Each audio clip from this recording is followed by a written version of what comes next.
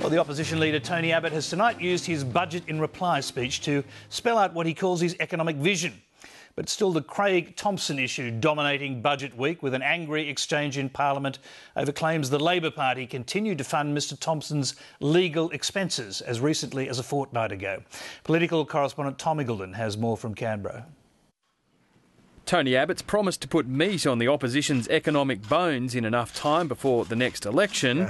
I think you always feel keyed up before a big speech. But aside from criticism of Wayne Swan's budget, it deliberately, coldly, calculatedly plays the class war card.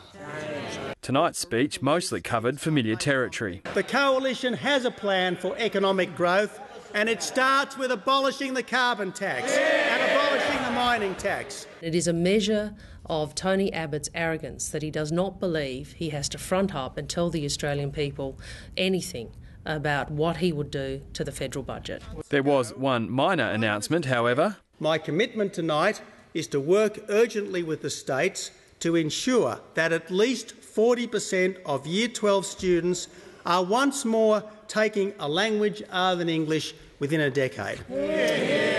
This is an old policy that was announced by Mr Abbott. In fact, it's a rehash of a previous policy that they then backflipped on and now are promoting again.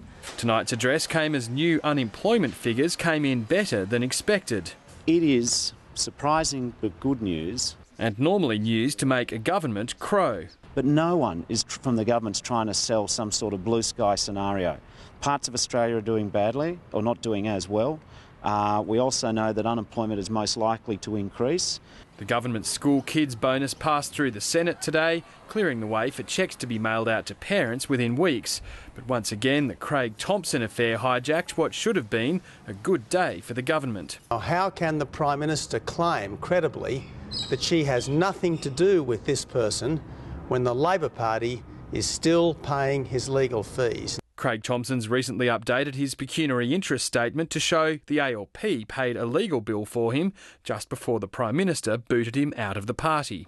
Why is it that in the same week she's claiming to take credit for the suspension of the member for Dobell, the New South Wales Labor Party is paying the legal fees to pay letters to try and cover up the Fair Work Australia inquiry? These are matters for the member for Dobell and the New South Wales branch of the Labor Party. I played no part in this matter, and I am not responsible for this matter. My staff are not responsible for this matter.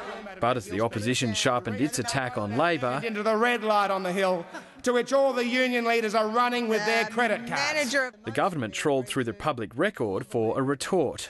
And I refer to an article of January 12, 1978. That story was about a university student called Tony Abbott who was facing charges in court. It went through proper processes in court. He was found not guilty.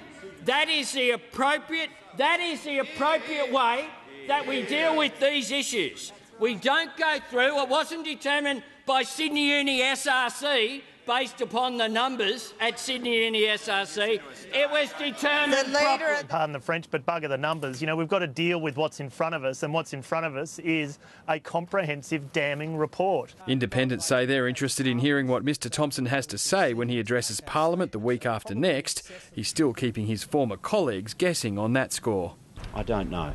And in terms of what I think, everyone's got a right to put their own case. They've got a right not to compromise their legal position. That, after all, would compromise the government's political position. Mr Thomson's continuing to maintain his innocence. Tom Iggulden, Lateline.